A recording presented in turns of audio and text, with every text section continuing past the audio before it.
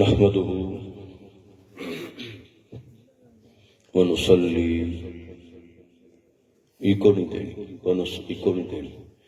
ونسلم على رسوله النبي الكريم الأمين الحنين الرؤوف الرحيم أما بعد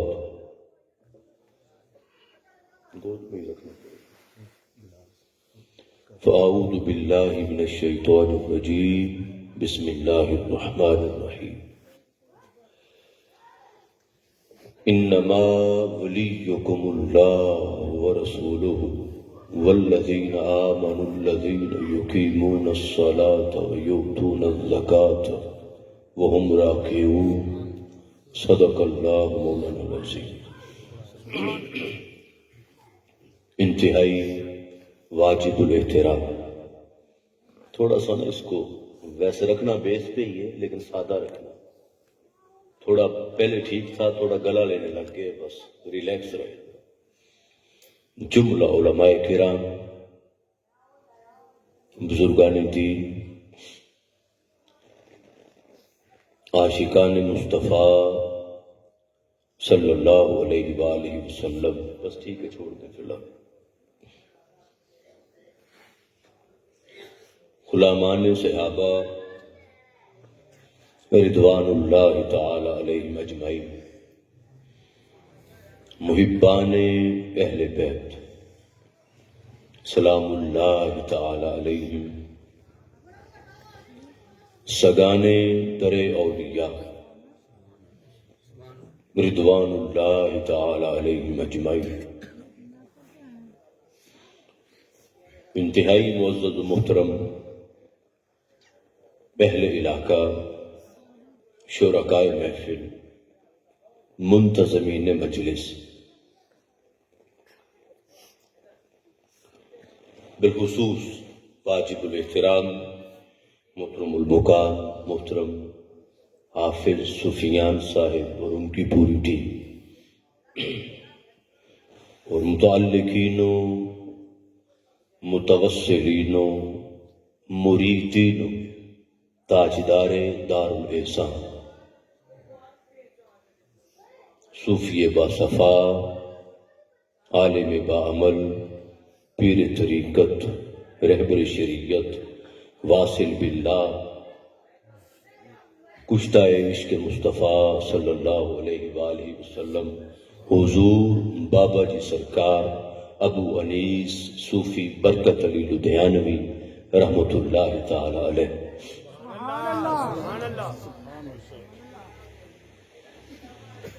آج ہم اللہ کے فضل و کرم سے اور اس کی بے پناہ توفیق اور عنایات سے مولا کائنات علیہ الصلاۃ والسلام سیدنا علی المرتضیٰ آپ کی ولادت باسعادت کی مناسبت سے جشن مولود کعبہ کے اس پروگرام میں جمع میں اور ہم ولی کامل حضرت موسیٰ شاہ قاضی جی ولی کامل پیر طریقت رہبر شریعت حضور حضرت موسیٰ شاہ ولی سرکار رحمت اللہ تعالی علیہ ان کے زیر سایہ، ان کی اجازت اور توجہات کے زیر سایہ اس پروگرام میں جمع ہے.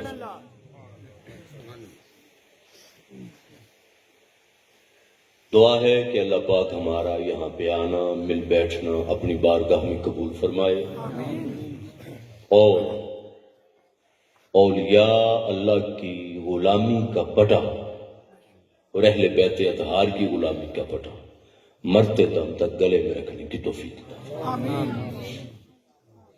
جو آیہ کریمہ میں نے آپ کے سامنے تلاوت کی ہے وہ سورہ المائدہ کی آیہ مبارکہ ہے.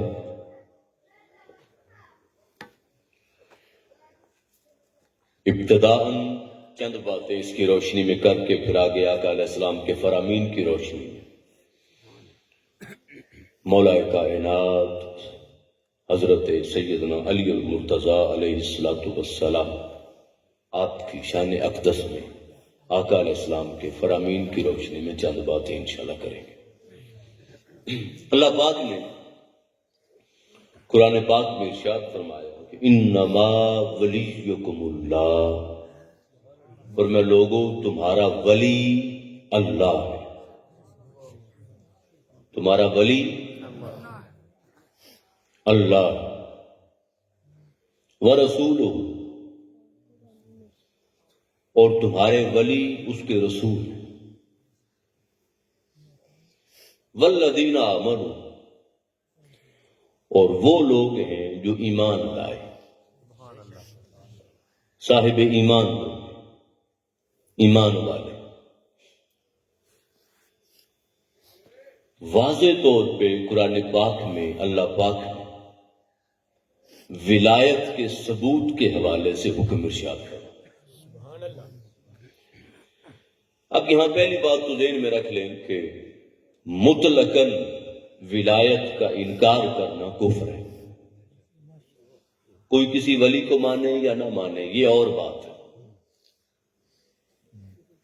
مگر ولایت کا انکار کرنا کفر ہے، اس لیے کہ قرآن پاک سے ثابت ہے، اور ولایت کا انکار قرآن پاک کی آیت کا انکار۔ تین درجات اللہ پاک نے ولایت کے بیان کیے۔ سب سے اوپر بات کی انما ولیکم اللہ، انتہا ہے، اور میں تمہارا ولی اللہ ہے، اپنی ولایت کی بات کی۔ پھر فرمایا ورسولہ، اس کا رسول ہے، تو دوسرے درجے میں اپنے باپ حضور کی ولایت کی بات کی، اور انبیاء اور رسل کی ولایت کی بات کی، اور تیسرے نمبر پہ فرمایا والذین آمنوا، اور وہ لوگ ہیں جو ایمان لائے۔ تو تین ولایتوں کی بات کی۔ اوپر سے نیچے آئیں تو سب سے پہلے ولایت الہ ہے، ولایت خدا ہے، دوسرے نمبر پہ ولایت مصطفیٰ ہے، اور تیسرے نمبر پہ ولایت اہل ایمان ہے۔ اگر قیامت تک کے لیے بات کریں تو یہ کامن بات ہو جائے گی کہ ہر آیت جب بھی اترے گی یاد رکھ لیں اس کے دو مواقع ہوں گے۔ ایک تو موقع ہوگا کہ جب اتر رہی ہے جس مقصد کے لیے تو وہ خاص موقع بن جائے گا، اور دوسرا پھر وہ آیت قرآن پاک میں تو موجود ہے تو قیامت تک کے لیے پھر اس کا دوسرا اطلاق ہے۔ اگر تو والذین آمنوا کی بات کی جائے تو قیامت تک کے لیے ایک تو اس کا عمومی حکم ہے، عام حکم، کہ جو بھی صاحب ایمان ہوگا وہ مرتبہ ولایت پہ فائز ہوگا۔ جو صاحب ایمان کی شرائط قرآن و سنت میں اللہ پاک نے اور آقا علیہ السلام نے بتائی۔ اب ایک اس کا خاص نزول ہے جو اس خاص موقع کے لیے ہوتا ہے، وہ یہ ہے کہ سوالی تھا، اس کو ضرورت تھی، ضرورت مند تھا، حاجت مند تھا، وہ آیا مسجد نبوی میں، صحابہ نماز پڑھ رہے تھے، کئیوں نے نماز پڑھ لی تھی، تلاوت میں مصروف ہوں، کئی نوافل میں مصروف ہوں، اور مولا کائنات سیدنا علی المرتضیٰ علیہ السلام بھی نماز ادا فرما رہے تھے۔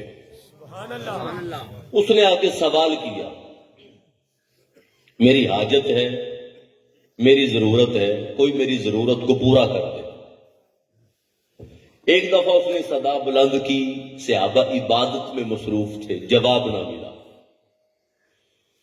دوسری دفعہ اس نے کہا، صحابہ عبادت میں مصروف تھے، جواب۔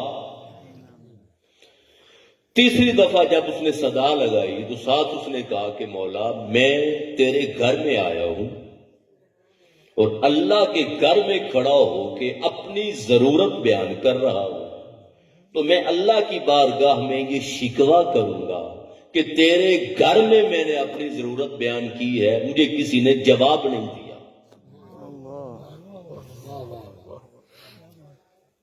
کسی نے جواب نہیں دیا۔ جب تیسری بار اس نے یہ بات کی تو حضرت علی المرتضیٰ مولا کائنات آپ حالت رکوع میں تھے،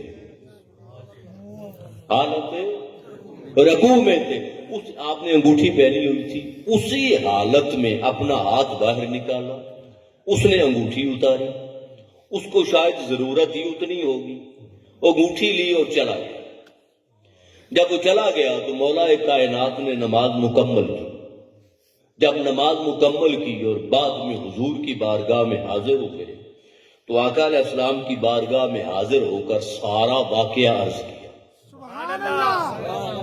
یہ واقعہ بتایا کہ آج یہ ہوا، کوئی حاجت مند تھا، کوئی ضرورت مند تھا، جلد باز تھا، اس کو جلدی تھی، اس نے انتظار نہیں کیا، شکوہ کیا، میں حالت نماز میں تھا، حالت رکوع میں تھا، حالت رکوع میں ہاتھ نکالا، اس نے انگوٹھی نکالی، لے کر چلا گیا، اس کی شاید ضرورت پوری ہو گئی۔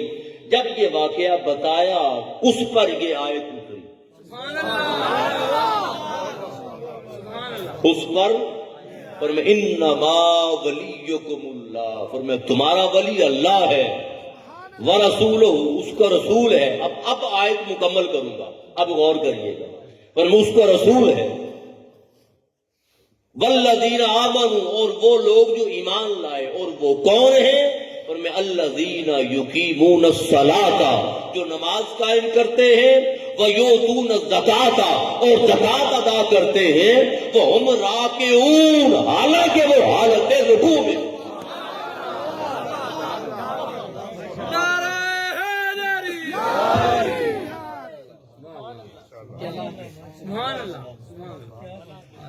اور میں واہم، واو حالیہ ہے، والذین آمنوا، وہ لوگ جو ایمان لائے،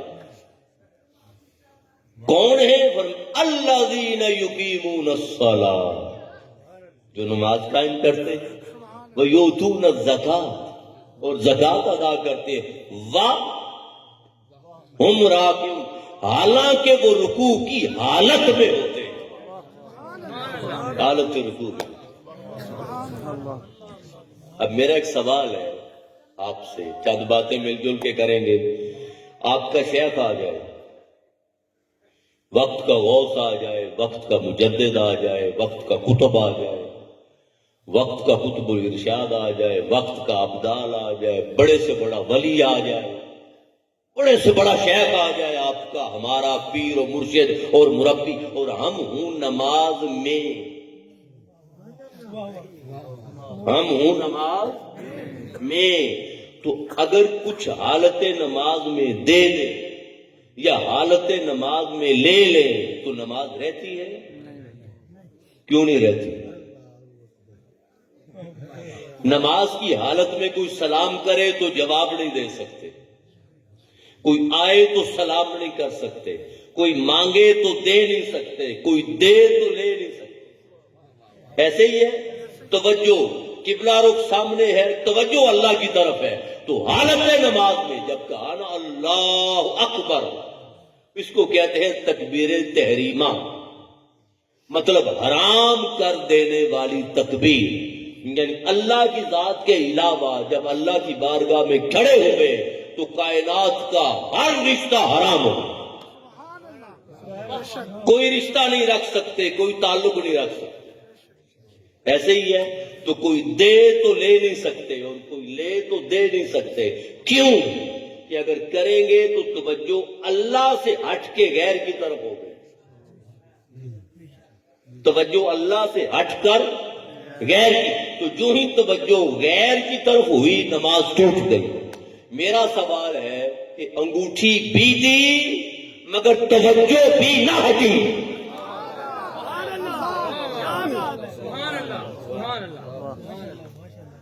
انگوٹھی بھی دی۔ اللہ پاک آپ لوگوں کو سلامت رکھے، آپ کر لیں شوق پورا، کریں کر لیں، پھر میں بات کرتا ہوں۔ نعرہ حیدری،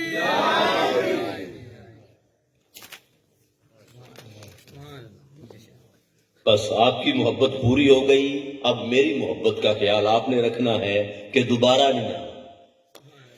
تو میرے سٹیج پہ اجازت نہیں ہوتی، ہم جن کا ذکر کر رہے ہیں ان سے ہی مانگیں گے، ان سے بڑا دینے والا کوئی نہیں۔ تو میرے سٹیج پہ میں نے کہا آپ تشریف لائے ہیں، میں نے قبول کر لیا، برکت آ گئی آپ کی طرف سے۔ تو میں عرض کر رہا تھا کہ حالت نماز میں انگوٹھی دے دی۔ اب سوال یہ ہے کہ یہ واقعہ ہوا، مگر یہ کسی نے نہیں لکھا کہ جب انگوٹھی دے دی تھی تو نماز دوبارہ پڑھی۔ جب انگوٹھی دے دی تھی تو نماز، اگر نماز نہیں ٹوٹی پھر اللہ کی طرف اتنے گم تھے کہ دے کر بھی توجہ نہیں رہی۔ اب اس پر ساتھ میں ایک اور چیز ملا دیتا ہوں۔ آپ نے عام واقعہ سنا ہوا ہے، آپ کی پنڈلی مبارک میں تیر لگا، تیر، اس کو پھر آگے انشاءاللہ جوڑ دیں گے، تیر لگ گیا۔ اب جسم مبارک اتنا سخت تھا، وجود مبارک آپ کا، آپ کے بال کینچی نہیں کاٹتی تھی، آپ کے بال کینچی نہیں کاٹتی تھی، اور یہ بھی ہے کہ بال کٹتے تو خون نکلتا تھا، یہ بھی، یعنی وجود مبارک آپ کا بڑا مضبوط، بڑا سخت تھا، نکل نہیں رہی تھی، زور لگایا، اب ظاہر ہڈی میں تیر لگا ہوا تو تکلیف ہوتی تھی، تو آپ نے کہا یار ٹھہرو، ایسے کرو، میں جب نماز میں چلا جاؤں گا تو نکال لینا۔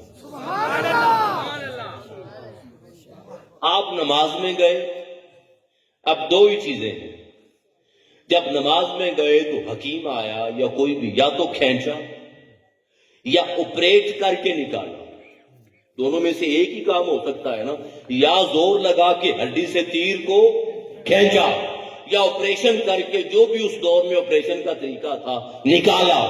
آپ حالت نماز میں تھے، جب نماز مکمل ہوئی دیکھا تو خون تھا، اور پوچھا کہ یہ خون کیسا ہے؟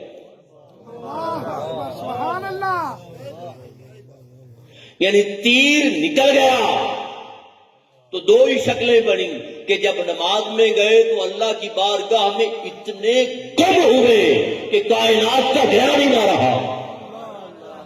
یا تو یہ وجہ ہے، یا تو یہ وجہ ہے، یا دوسری وجہ یہ ہے کہ شیر خدا تو تھے مگر نماز میں اللہ کی بارگاہ میں پہنچے تو وہی شیر خدا وجود موم ہو گیا، جس میں پاک موم ہو گیا اور تیر۔ اب یہاں پھر ایک سوال ہے، وہ یہ کہ یہ واقعہ تو سنتے آئے ہیں، مگر کبھی یہ بھی سنا کہ جب نماز مکمل ہو گئی تھی اور خون نکل آئے تو وضو ٹوٹ جاتا ہے یا نہیں؟ سبحان اللہ، سبحان اللہ۔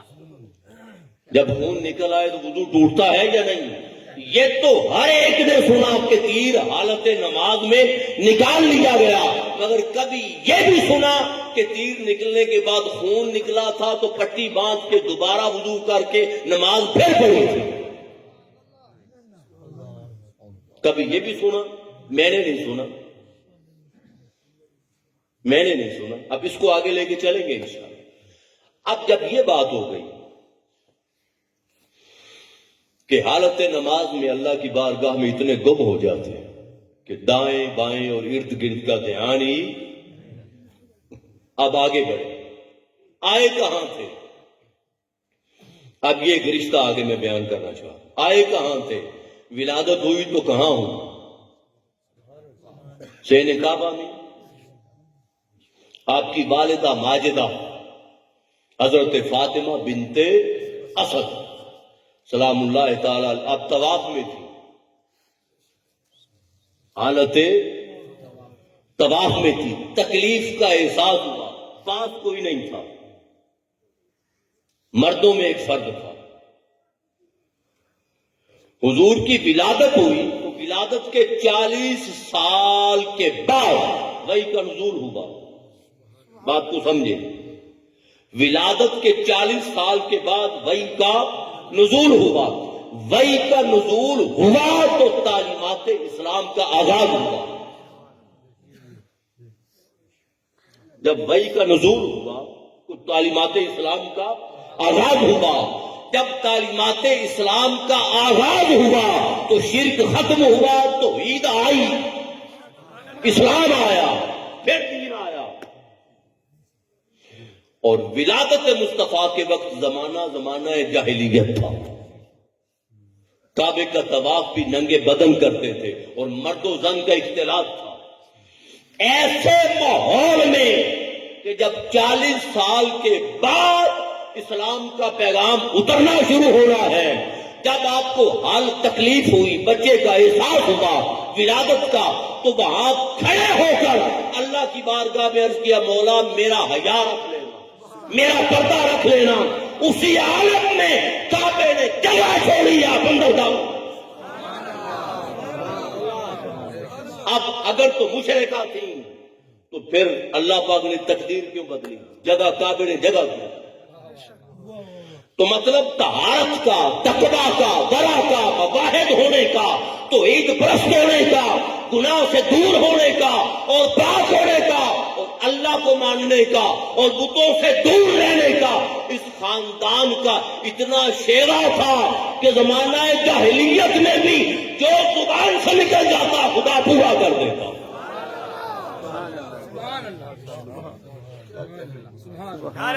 پورا کر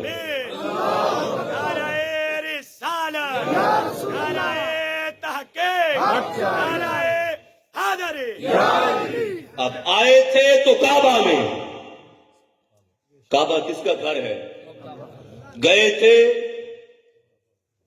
تو مسجد میں. مسجد کس کا گھر ہے؟ تو جو جہاں آئے اور جہاں سے جائے، آپ اللہ کا کیا گھر، آپ جہاں پیدا ہوں، جس گھر میں پیدا ہوں میں اور آپ، اور اسی گھر سے جائیں، تو آپ نے بھی کبھی کہا کہ یہ اللہ کا گھر ہے؟ آپ تو کہتے ہیں میں اپنے گھر پیدا ہوں گا. ہم لوگ تو کہتے ہیں میں اپنے گھر پیدا ہوں گا. تو جو جس کی ولادت جہاں ہو وہ اسی کا گھر ہوتا ہے. آئے تھے تو کعبہ میں، گئے تھے تو مسجد میں، آئے بھی اللہ کے گھر میں. اللہ کے ساتھ اتنا مضبوط رشتہ تھا، تعلق تھا. آئے تو اللہ کے گھر میں، گئے تو اللہ کے گھر سے. اب جہاں ولادت ہوئی طواف ہو رہا تھا یا نہیں؟ طواف ہو رہا تھا یا نہیں؟ میرا سوال ہے کہ پھر ناپاک جگہ کا بھی طواف ہوتا ہے؟ ہم پیدا ہوں تو ماں نے بھی غسل کرنا ہے، بچے کو بھی غسل دینا ہے، جگہ کو بھی صاف کرنا.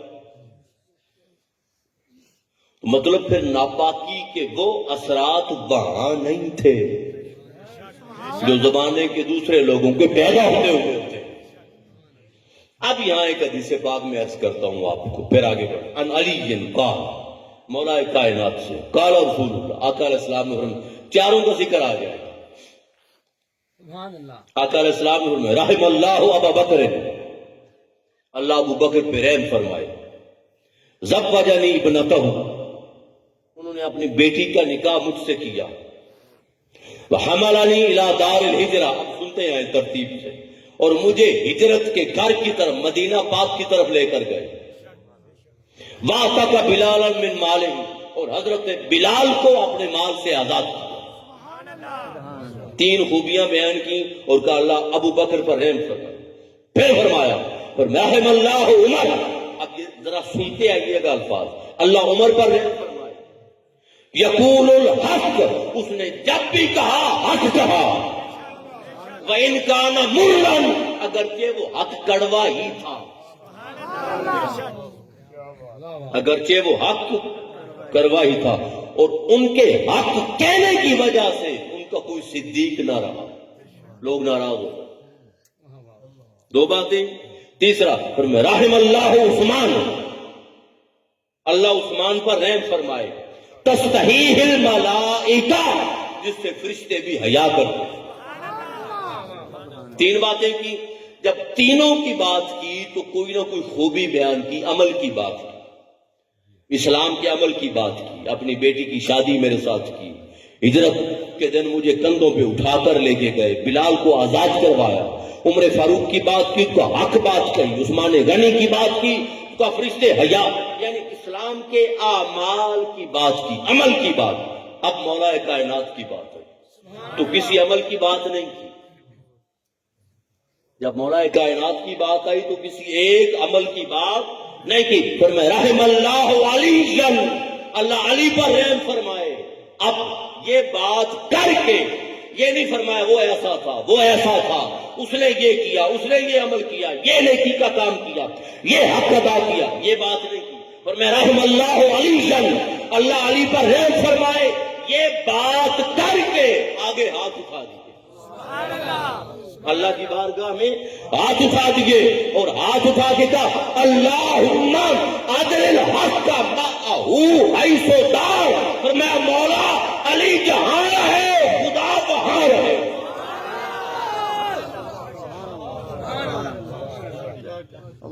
کتنا فرق ہے جملے میں؟ پہلے اعمال کی بات کی، یہ کیا، یہ کیا، یہ کیا، اللہ رحم فرمائے۔ جب مولا کائنات کی بات آئی عدل الحق، حق، حق اللہ کا نام،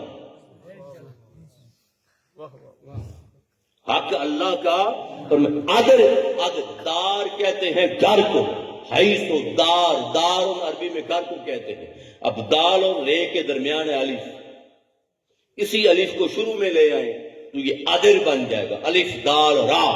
تو الف آگے پیچھے کرنے سے اصل معنی نہیں بدلتا عربی میں، کیونکہ الفاظ تو وہی ہیں، الفاظ تو وہی ہیں۔ عدل اور دار مطلب اللہم عدل الحق کا مولا تو وہاں رہے،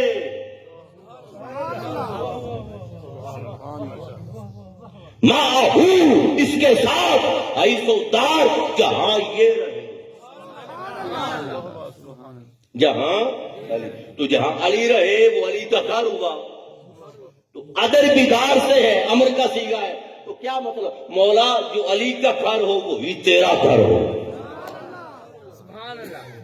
جہاں علی رہے وہاں تو۔ دیکھیں بھی جملے میں فرق ہے، میں آپ کو بتا دوں، ایک ہے مولا جہاں حق ہو وہاں علی ہو، ایک یہ ہے جہاں جائز کام ہو، جہاں نیک کام ہو، جہاں حق ہو وہاں علی ہو، تو مطلب حق کی طرف علی ہے، یہ ایک بات۔ جہاں حق ہو وہاں علی ہو یہ نہیں کہا، اور میں جہاں علی ہو وہاں حق ہو، مطلب حق کی طرف علی نہیں، جہاں علی ہے ادھر حق ہے۔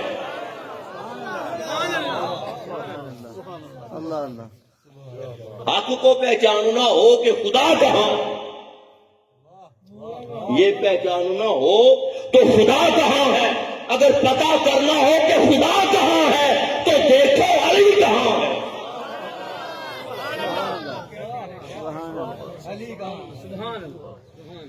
تو اب وہ آئے تھے کعبہ میں، اللہ کے گھر میں گئے تھے تو اللہ کے گھر سے، اور پھر کہ اللہم عدل الحق معہو حیث دار، مولا علی جہاں رہے حق وہاں رہے، علی جہاں رہے حق وہاں رہے۔ اب اگلی بات، کعبے میں کیوں آئے؟ کعبے میں ایک تو آپ نے سن لیا نا، حضور نے اللہ کی بارگاہ میں عرض کیا مولا علی جہاں رہے حق وہاں رہے، تو کعبے میں کیوں آئے؟ دو باتیں کہہ دیتا ہوں۔ حضرت موسیٰ علیہ السلام جب اللہ کی بات، جب فرعون کی طرف گئے تو موسیٰ علیہ السلام نے دعا کی تھی مولا وَاجْعَلْ لِي وَزِيرًا مِّنْ أَهْلِي ہارون، مولا میرے گھر میں سے میرے ساتھ میرے بھائی ہارون کو وزیر بنا دے۔ جب فرعون کی طرف گئے من اہلی، میرے اہل و عیال میں، میرے گھر میں، میرے گھر میں میرے بھائی ہارون کو وزیر بنا دے اور اس کے ذریعے میری کمر کو مضبوط کر، قوت عطا فرما۔ تو موسیٰ علیہ السلام نے کہا وَاجْعَلْ لِي وَزِيرًا مِّنْ أَهْلِي، میرے گھر میں سے میرا وزیر بنا۔ اور حضور کو اللہ نے فرمایا کہ موسیٰ علیہ السلام نے دعا کی تھی کہ مولا میرے گھر سے میرا وزیر بنا، میرا بھائی، اب تو دعا کر میری بارگاہ میں، کل یہ عرض کر رب ادخلنی مدخل صدق واخرجنی مخرج صدق واجعل لی من لدنک سلطانا نصیرا۔ موسیٰ علیہ السلام نے کہا تھا مولا میرے گھر سے میرا وزیر بنا، تو کہ مولا اپنے گھر سے میرا نصیر بنا۔ من لدنک سلطانا نصیرا، اپنی بارگاہ سے مجھے ایک سلطان اور مددگار تھا۔ اللہ نے فرمایا ایک بات۔ دوسرا اس کو بھی ائمہ نے لکھا ہے، وہ یہ کہ وقت گزرتا رہا اور اس وقت حکمت کی سمجھ آئی کہ مولا کائنات خانہ کعبہ میں، سین کعبہ میں کیوں پیدا ہوئے۔ اس وقت سمجھ آئی جب مولا کائنات کی شادی ہوئی۔ وہ کیسے؟ رشتہ کون مانگتا ہے، لڑکی والے یا لڑکے والے؟ ہمیشہ جب ہاتھ مانگا جاتا ہے تو ہمارے معاشرے کا رواج لڑکی والے لڑکے کا ہاتھ مانگتے ہیں یا لڑکے والے لڑکی کا ہاتھ مانگتے ہیں؟ لڑکے والے مانگتے ہیں نا۔ مسجد نبوی ہے، حضور تشریف فرما ہے، صحابہ بیٹھے، آقا علیہ السلام نے فرمایا اے میرے صحابہ یہ جبریل آئے۔ جبریل نے مجھے کہا ہے آقا اللہ نے آپ کو سلام کہا ہے اور سلام کہہ کر کہا ہے کہ میں نے فاطمہ کا نکاح عرش پر علی کے ساتھ کر دیا ہے، تو بھی زمین پر کر دے، تو بھی زمین پر۔ تو سیدہ کائنات کا رشتہ مصطفیٰ سے مانگا اللہ نے۔ تو حکمت یہ کہ چونکہ شادی ہونی ہے مصطفیٰ کے گھر میں، تو جب دلہن مصطفیٰ کے گھر کی ہو تو دلہا خدا کے گھر کا ہو۔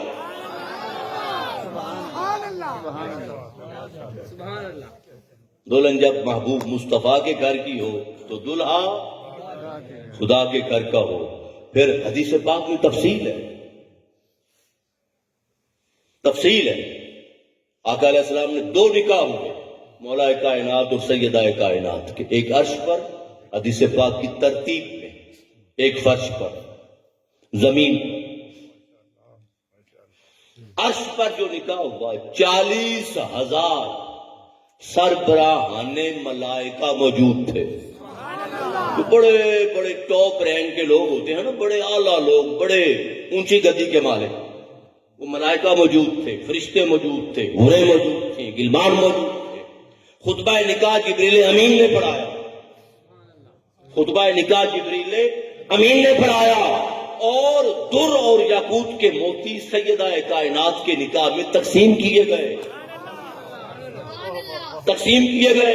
اور الفاظ ہیں کہ یہ غلمان اور حوریں اور ملائکہ وہ موتی قیامت تک بھی ایک دوسرے کو تحفے میں دیتے رہیں تو ختم نہ ہوں۔